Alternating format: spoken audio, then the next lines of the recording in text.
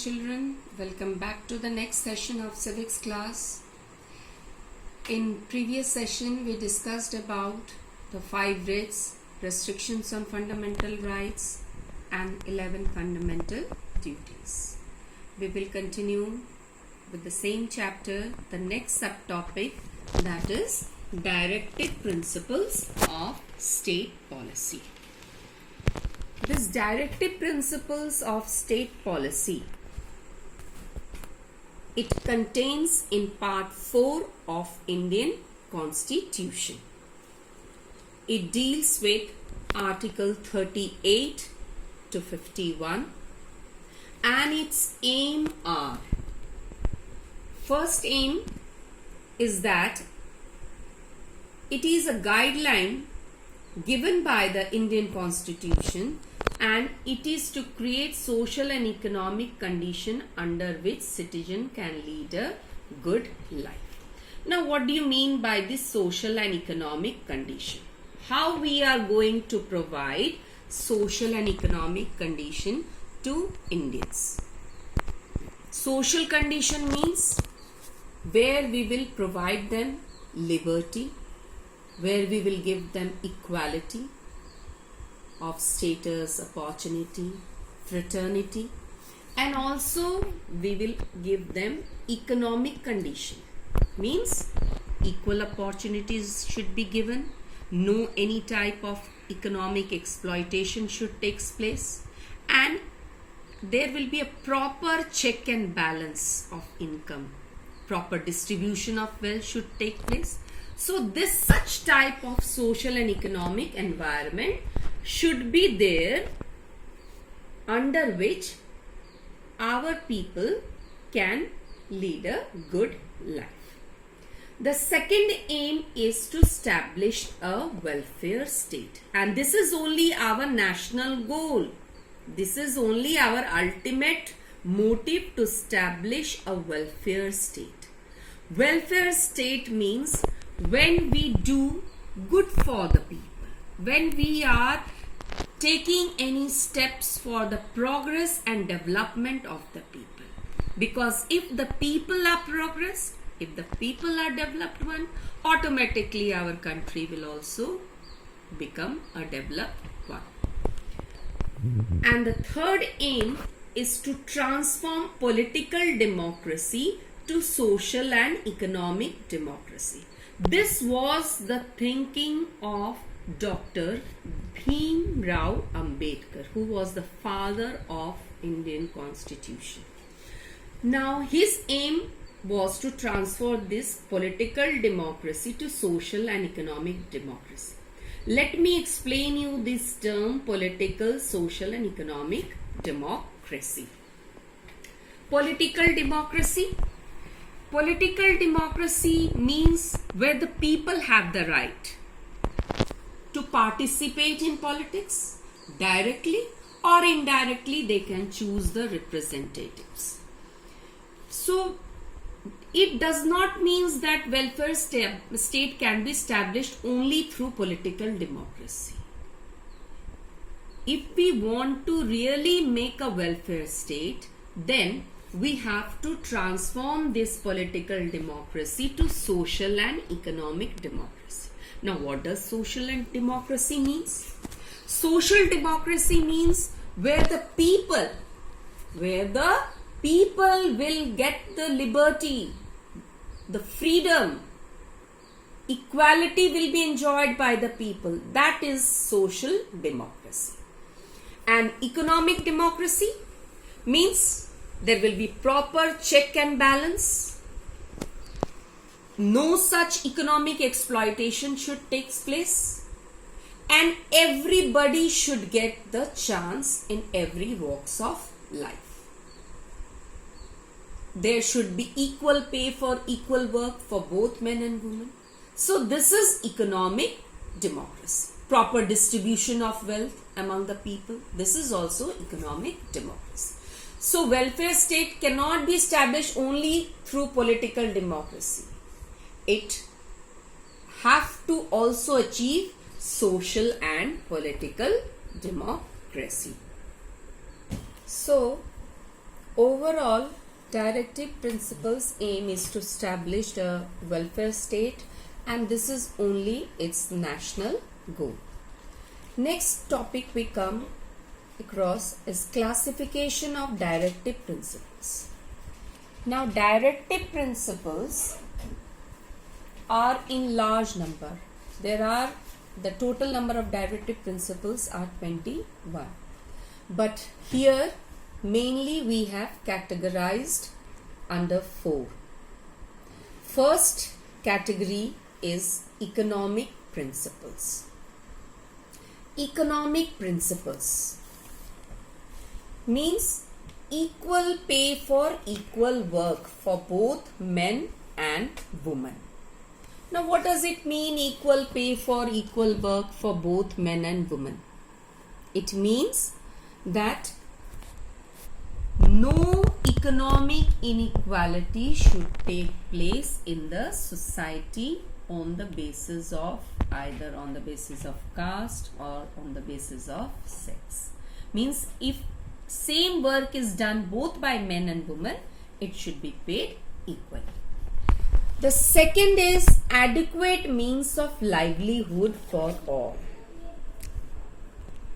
Means that every person should be given the opportunity to earn, to run their livelihood, to continue their livelihood. So adequate means of livelihood should be given to all. The next principle which we come across is social principles.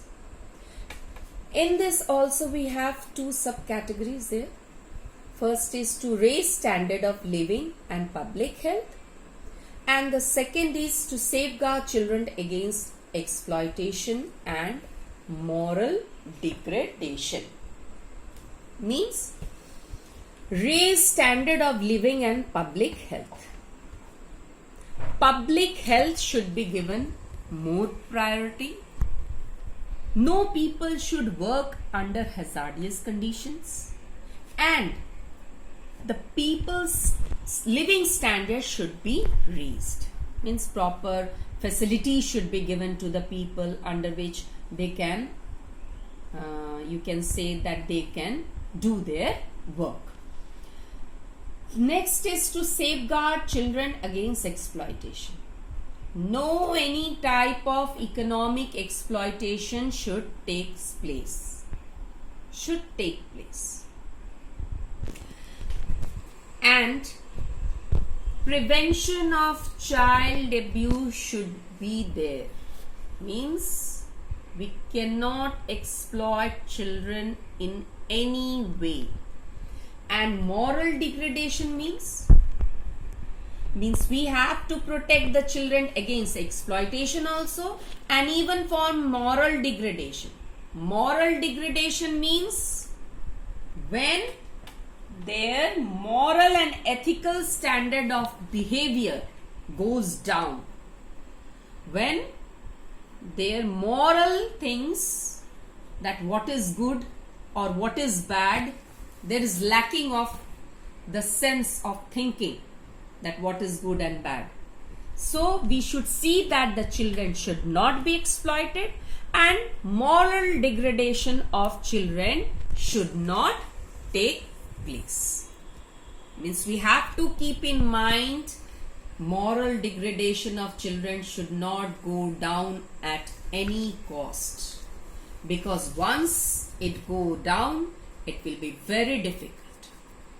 In school also, children are studying, but before they go through the studies, it is very essential that they should have moral things present in them. Means what is good and bad, what things they should do, what things they should not do. That is very important, and moral thing is very essential part of human being. The next principle is Gandhian principle. According to Gandhiji, who gave much priority to village panchayats, village panchayats, which was also one of the guideline of directive principles, and later on it became an Panchayat Act was passed, because all those directive principles, whichever guidelines have been provided in Indian Constitution, many of those guidelines have become a law or an right. We will give you those examples in my next lecture. So, organizing village panchayats. And the second is promote cottage industry. Gandhi ji was a very strong believer of promoting cottage industries. When Britishers were exploiting us, that's time also our Indians were, that time only cottage industry was very prevalent, and Gandhi ji was one of the social reformer who supported this, and he supported a lot to go, and it should be progressed at every scale. Cottage industry means those industries. Cottage means what? House, home. Those industries which takes place at home, and no hired labor are there. All the family members will be involved in this. That is only cottage industry. And Gandhiji supported it so much that today, nowadays, you will see that cottage industry is progressing much.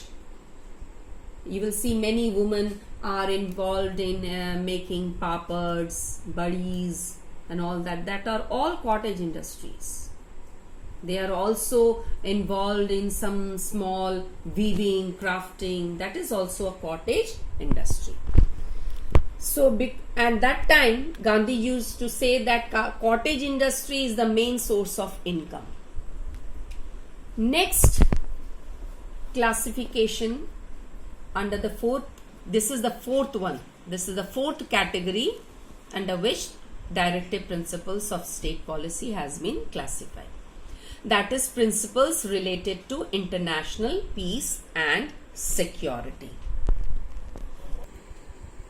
First, to maintain just and honorable relations between nations.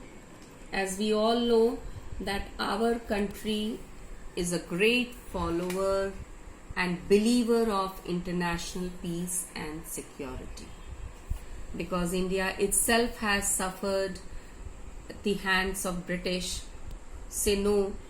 So we all know what will be the outcome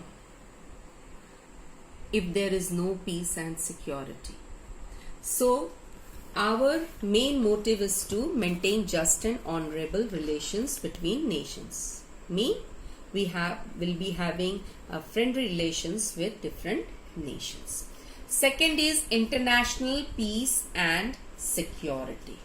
As I told you that our country is a strong believer of peace, so it also promotes international peace and security, not only within the country. It is also promoting international peace around the world. Then it also believes in settlement of disputes, either legally or by arbitration.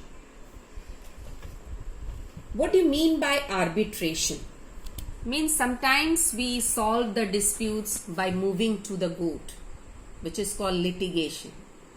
And sometimes we solve the disputes outside the court, that is arbitration. So we also believe in settlements of disputes peacefully. Now is significance of directive principles of state policy. Fundamental rights is a legal obligation, but directive principles is a moral obligation. Moral obligation means it considers, there is a sense of consideration that what is right and what is wrong. We have to judge which is not, what is good for us, what is not good for us. So it is a moral obligation which has to be performed by the government at all levels for the welfare of people, and many such examples are there. Means these are the directive principles which are the moral obligations and which has to be performed by the government at every level. Every level means there are different levels of government: local level, zilla level, state level, and at the last is central level. And what will be its motive? Welfare of the people. Always give priority to people's interest. That should be the main motive of the government. So many such examples are there. Many such guidelines or steps have been taken by the government, which has today become an act or has become a fundamental right. So let's come across such examples. First is right to education. In my previous session, when I was discussing about fundamental right, that is right to freedom, where this right to education comes, it is included in fundamental right in 2002. Before that, it was there in directive principles. Now the question is that if it was earlier in directive principle, then what was the need to add in fundamental rights?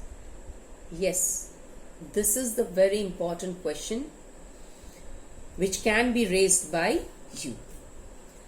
The difference is that fundamental rights are justiciable, whereas directive principles are non-justiciable.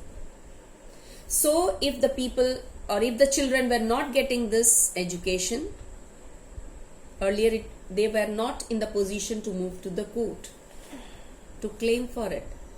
But now, if they doesn't get this right, they can straightway move to the court to seek and claim for that right. So this has become a right today. The second step which our government took was Environment Protection Act. This Environment Protection Act was introduced in 1986 under Article 253. Environment Protection Act means where whatever species are there present in environment, where plants, birds, wildlife, all has to be protected. Wildlife Protection Act was also passed in 1972 and further it was amended in 2002. So these acts has been passed by the government. Earlier it was included in directive principle, but today it has become a law because the government thinks that these acts are very essential for the welfare of people. As I told you, people interest is given more importance. So these acts are very important because it protects the environment, it safeguards environment from ecological imbalance, and it also protects the different species found in the environment. It protects the different species found in the environment like birds, plants, animals, etc. Next is National Commission for the Welfare of Women has been also established. This commission has been established for the women's society so that no any type of harassment should take place. There should be no inequality takes place on the basis of sex. So for this National Commission has been set up for the welfare of women. And the last is right to work, that is for rural people under Manrega. This Manrega was introduced in 2005. It is an Indian labor law and social security measure which aims to provide right to work. And whom to be provided this right to work? Especially for the rural people, rural unemployed people, to provide them livelihood security. That means the government will provide this right to work to those rural unemployed people who should be also given social security, economic security, those who should be given livelihood so that they can lead a better life. So this is also working in a better way still today. The full form of Manrega is Mahatma Gandhi Rural Employment Guarantee Act. What is it? Mahatma Gandhi Rural, R stands for rural, E stands for employment, G stands for guarantee, and A stands for act. And it was passed in 2005. And at present, if you see, number of rural people have got this employment opportunities, have got the source of livelihood. They are now, most of the people are now employed one. So these are the today's topic we came across. So overall, we came across this directive principles. What is directive principle? It is a moral obligation. It is a moral obligation and it is contained in part 4 of the Indian Constitution.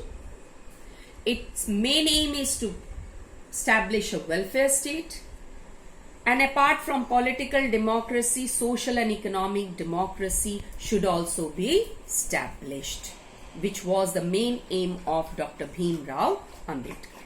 It has been classified into 4 categories: economic principles, social principles, Gandhian principles, and principles related to international peace and security.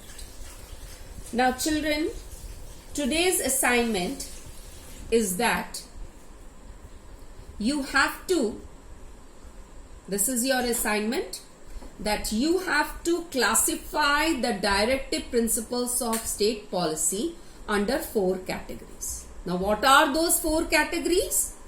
These are only the 4 categories. Let me explain you again.